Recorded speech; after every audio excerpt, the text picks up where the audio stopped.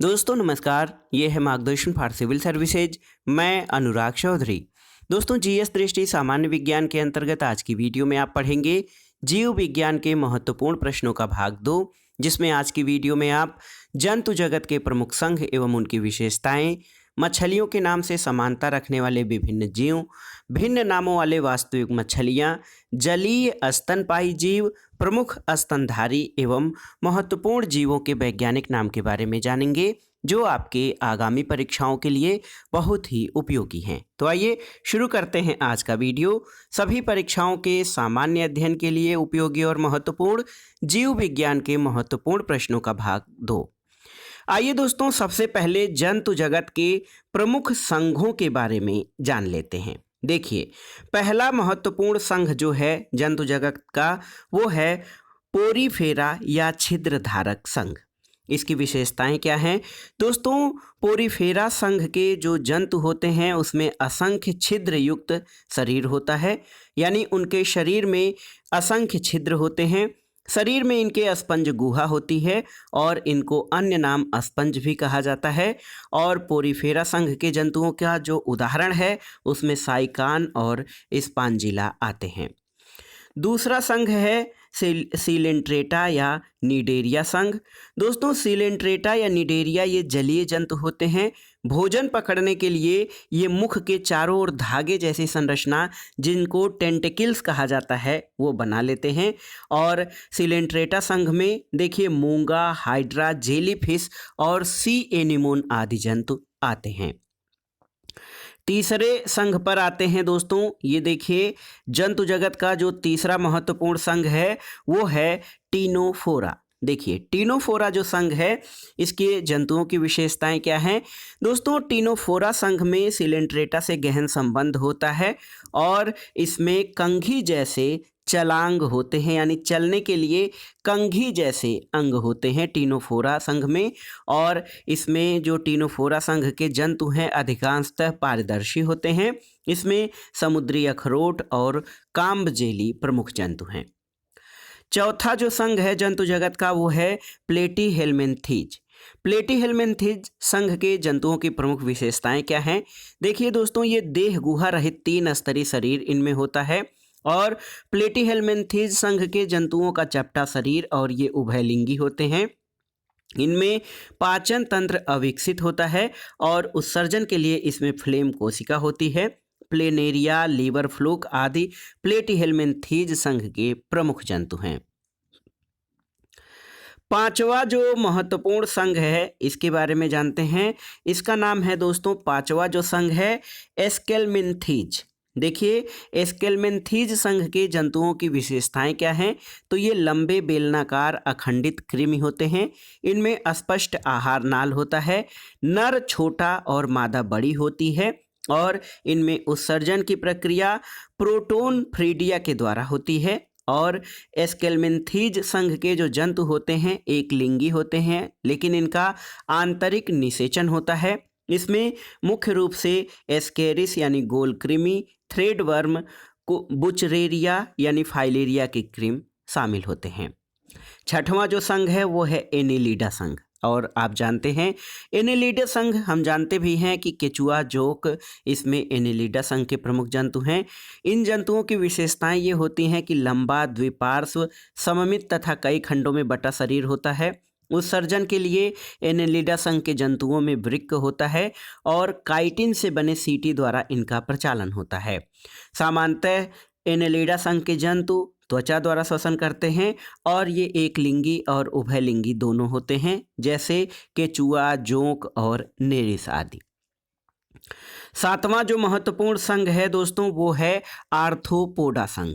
Arthropoda संघ के जंतुओं की विशेषताएं क्या हैं दोस्तों? आर्थ्रोपोडा संघ जंतु जगत का सबसे बड़ा संघ है और 3 भागों में विभक्त शरीर होता है इनका, सिर, वक्ष और उदर में। इसमें खुला परिसंचरण तंत्र होता है। संध युक्त पैर यानी पाद होते हैं, जैसे झींगा मछली, तितली, मक्खी, मकड़ी और बिच्छू ये आर्थ्रोपोडा संघ के प्रमुख जंतु हैं। 8वां महत्वपूर्ण संघ है दोस्तों मोलस्का संघ। तो मोलस्का संघ के जंतुओं में श्वसन के लिए गिल्स या टिनेडिया होता है। इनमें खुला परिसंचरण तंत्र होता है। उत्सर्जन के लिए गुर्दे उपस्थित होते हैं। इनका शरीर यानी मोलस्का संघ के जंतुओं का शरीर कवच युक्त होता है और इनका खून रंगहीन होता है। जैसे सीपी, घोंघा और ऑक्टोपस, ये सभी मोलस्का संघ के प्रमुख जीव हैं। 9वां प्रमुख संघ है इकाइनोडर्मेटा। दोस्तों, इकाइनोडर्मेटा संघ जो है ये समुद्री जंतु इसमें शामिल हैं और इनकी त्वचा जो होती है, त्वचा की विशेषता कांटों वाली त्वचा होती है और इनमें पुनरुत्पादन की क्षमता होती है। जैसे हेगफिश, स्टार फिश, ब्रिटल स्टार, ये सभी इकाइनोडर्मेटा संघ के जंतु हैं। अब आगे आइए देखते हैं 10वां प्रमुख संघ है कार्डेटा संघ। कार्डेटा संघ के जो जीव हैं उनकी विशेषताएं ये होती हैं कि इनमें नोटोकार्ड और क्लोम छिद्र उपस्थित होते हैं। नालदार तंत्रिका रज्जु होती है। इसके उदाहरण में कार्डेटा संघ के जो सभी कशेरुकी जंतु होते हैं ये कार्डेटा संघ के अंतर्गत आते हैं। जैसे मेढक, कछुआ, सारस, ये सभी कार्डेटा संघ के अंतर्गत शामिल हैं। आइए देखते हैं दोस्तों बहुत ही महत्वपूर्ण यहाँ पर वर्टिब्रेटा संघ के बारे में। दोस्तों, वर्टिब्रेटा संघ जो है इनमें इनकी जो प्रभाग हैं, प्रमुख प्रभाग हैं, उनके बारे में जान लेते हैं। वर्टिब्रेटा संघ में जो सबसे महत्वपूर्ण प्रभाग है ये है मत्स्य। देखिए, मत्स्य का अर्थ आप जानते हैं फिश या मछली होता है। इसमें जो पहला जो वर्टिब्रेटा संघ का जो उपप्रभाग है मत्स्य, मत्स्य सल्क युक्त त्वचा वाले जो है जीव होते हैं। ये असमतापी होते हैं। इनका जो हृदय होता है द्विकक्षी होता है। ये अंडे देने वाले यानी अंडज होते हैं। ट्यूना और रोहू मत्स्य वर्ग के प्रमुख जंतु हैं। दूसरा जो प्रभाग है दोस्तों यहाँ पर देखिए साइक्लोस्टोमेटा है। इसमें जबड़े रहित कशेरुकी, ईल के आकार का शरीर, शल्क रहित चिकनी त्वचा होती है। इसमें लैम्प्रे और है मछली शामिल हैं। वर्टिब्रेटा संघ में जो तीसरा महत्वपूर्ण प्रभाग है देखिए, इसमें जल स्थलचर यानी एम्फीबिया उभयचर जो प्राणी हैं वो शामिल हैं। उभयचर प्राणियों में श्लेष्म ग्रंथियों युक्त त्वचा होती है यानी चिकनाई युक्त त्वचा होती है इनकी। इसके अलावा दोस्तों त्रिकक्षीय हृदय होता है। फेफड़ा और एक वृक्क उपस्थित होता है। जल और स्थल दोनों पर ये निवास कर सकते हैं। जैसे मेढक और टोड, ये एम्फीबिया वर्ग के जंतु हैं। चौथा महत्वपूर्ण जो वर्ग है वो सरीसृपों का है। दोस्तों, सरीसृप जो हैं ये असमतापी होते हैं। इनका शरीर सल्कयुक्त होता है। त्रिकक्षीय हृदय होता है। कठोर कवच युक्त अंडे जो होते हैं, इसमें महत्वपूर्ण विशेषताएं हैं कठोर कवच युक्त अंडे। और इसके उदाहरणों में कछुआ, सांप, छिपकली, मगरमच्छ, ये सरीसृप वर्ग के अंतर्गत आते हैं। पांचवा प्रमुख वर्ग पक्षियों का है। पक्षी समतापी होते हैं। इनका हृदय चार कक्षी होता है और इनका शरीर जो होता है परों से ढका होता है। सभी पक्षी जो है इनकी विशेषताओं से युक्त होते हैं। और छठवां वर्टिब्रेटा संघ के अंतर्गत स्तनपायी आते हैं। स्तनपायी जो होते हैं इनकी प्रकृति समतापी होती है। चार कक्षी हृदय पाया जाता है और स्तनपाइयों में सबसे महत्वपूर्ण बात की दुग्ध ग्रंथियां होती हैं। ये शिशुओं को जन्म देते हैं। चूहा, मनुष्य और चमगादड़, ये स्तनपायी वर्ग के अंतर्गत आने वाले प्रमुख जीव हैं। आइए देखते हैं दोस्तों एक बहुत ही महत्वपूर्ण प्रश्न, क्योंकि ये प्रश्न बार बार पूछा जाता है। कुछ ऐसे जीवधारी हैं जिनका नाम मछलियों से समानता रखता है, लेकिन ये मछली नहीं बल्कि अन्य संघ के जीव होते हैं। देखिए, सबसे पहला नाम इसमें है जेलीफिश। दोस्तों, जेलीफिश जिसका नाम जेलीफिश है, इससे आप अनुमान लगाएंगे कि ये मछली है, जबकि ये मछली नहीं है। ये नाइडेरिया या निडेरिया संघ का जंतु होता है।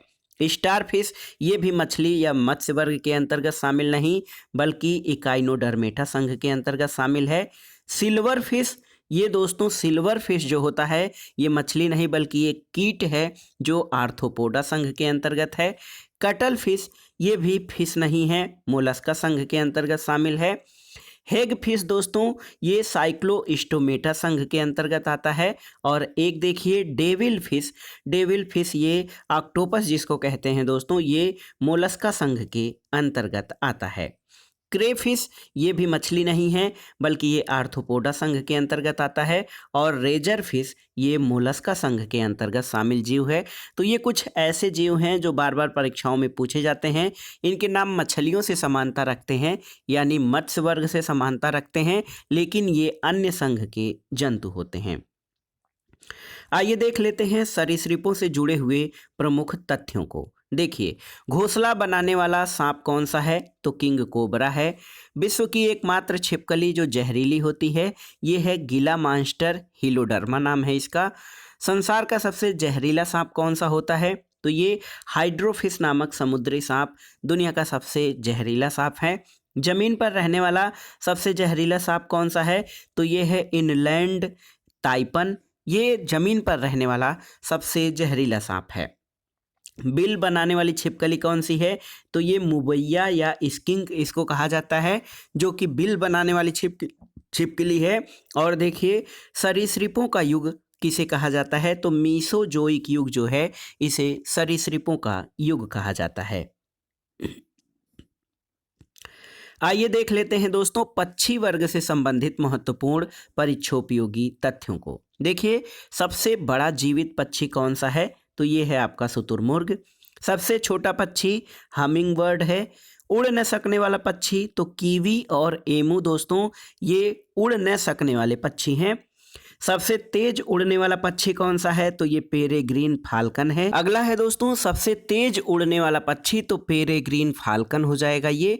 और पक्षियों का वाक तंत्र होता है तो इसको शब्दिनी या श्रिंक्स कहा जाता है। पक्षियों में जो वाक तंत्र होता है उसको कहते हैं श्रिंक्स। अब आइए देखते हैं सबसे प्राचीन पक्षी, तो ये है आर्कियोप्टेरिक्स। दोस्तों आर्कियोप्टेरिक्स ये सबसे प्राचीन पक्षी है जिसको जुरासिक युग का पक्षी माना जाता है और इसे सरीसृप और पक्षी वर्ग के मध्य की कड़ी भी मानते हैं। अब आइए देखते हैं दोस्तों भिन्न नामों वाली वास्तविक मछलियाँ। पहले तो आपने देखा कि दोस्तों मछलियों के नाम से समानता रखने वाले विभिन्न संघ के जंतु, लेकिन कुछ ऐसे जंतु हैं जो वास्तव में मछली हैं, वास्तविक मीन है, लेकिन इनका नाम अलग अलग है। देखिए, फ्लाइंग फिश ये मछली है, यानी इसका नाम जो है फ्लाइंग फिश है, लेकिन तब भी ये मछली है। पाइप फिश भी मछली है। पैडल फिश मछली है। समुद्री घोड़ा दोस्तों, समुद्री घोड़ा या दरियाई घोड़ा ये मछली है।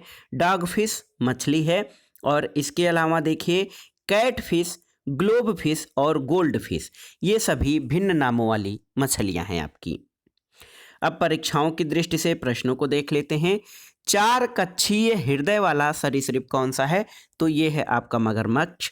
अंडे देने वाले स्तनपायी जीव तो एकिडना और प्लेटिपस। देखिए 2 जीव हैं, एकिडना और प्लेटिपस, ये अंडे देने वाले जीव जंतु हैं। भारत की विशालतम मृग प्रजाति कौन सी है? तो दोस्तों ये है नीलगाय। भारत की विशालतम मृग प्रजाति नीलगाय है। उड़ने वाला स्तनपायी चमगादड़ है। 6 टांगों वाले जीव कीट वर्ग के अंतर्गत शामिल होते हैं।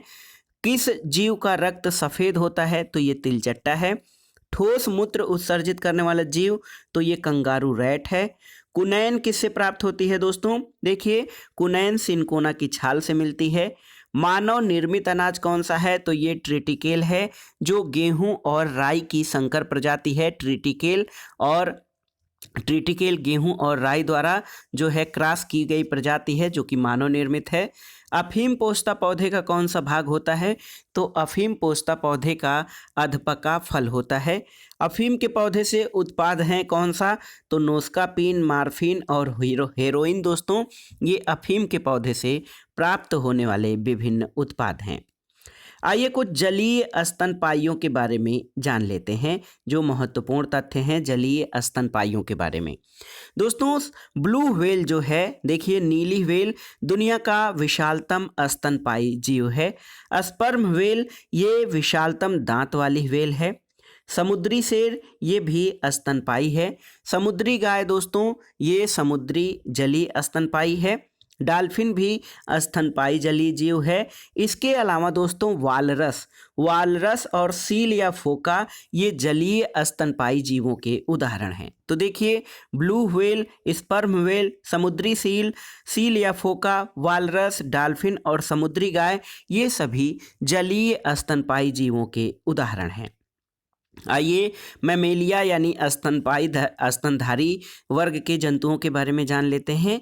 प्रोटीथीरिया, दोस्तों प्रोटीथीरिया अंडे देने वाले स्तनधारी को कहा जाता है। इसमें एकिडना और प्लेटिपस आते हैं। देखिए, स्तनधारी तो हैं लेकिन ये अंडे देते हैं, जो कि प्रोटीथीरिया वर्ग के अंतर्गत आते हैं। यूथीरिया किसे कहा जाता है? तो दोस्तों यूथीरिया पूर्ण विकसित शिशु का जन्म देने वाले जो स्तनपायी होते हैं उनको कहा जाता है, और इसके अंतर्गत कुत्ता, गाय, मनुष्य आदि शामिल होते हैं। स्तनपायी वर्ग में देखिए मेटाथीरिया क्या है? तो मेटाथीरिया अपरिपक्व बच्चों को जन्म देते हैं और विकसित होने पर मार्सुपियल थैली में बच्चों का रखरखाव होता है, और इसके उदाहरण हैं कंगारू। अब आइए जीवों के नामकरण की द्विनाम पद्धति के बारे में जानते हैं। दोस्तों, जीवों के नामकरण की द्विनाम पद्धति के जनक कैरोलस लीनियस हैं। ये महत्वपूर्ण जैव वैज्ञानिक हैं। लैटिन भाषा के दो शब्द एक्स और वाई, एक्स का मतलब वंश होता है, वाई का मतलब जाति, यानी लैटिन भाषा के दो शब्द वंश और जाति एक्स वाई से इनको द्विनाम पद्धति का संसूचित किया जाता है। वंश यानी जेनस का सूचक है और जाति स्पीशीज का सूचक है, और वर्तमान में जो है कैरोलस लीनियस के नाम पर ही जीवों के द्विनामकरण पद्धति को जो आज भी अपनाया गया है। लास्ट में आइए देखते हैं महत्वपूर्ण जीवों के वैज्ञानिक नाम। मनुष्य का वैज्ञानिक नाम या साइंटिफिक नेम क्या है? होमो सेपियंस। दोस्तों, मनुष्य का वैज्ञानिक नाम होमो सेपियंस है।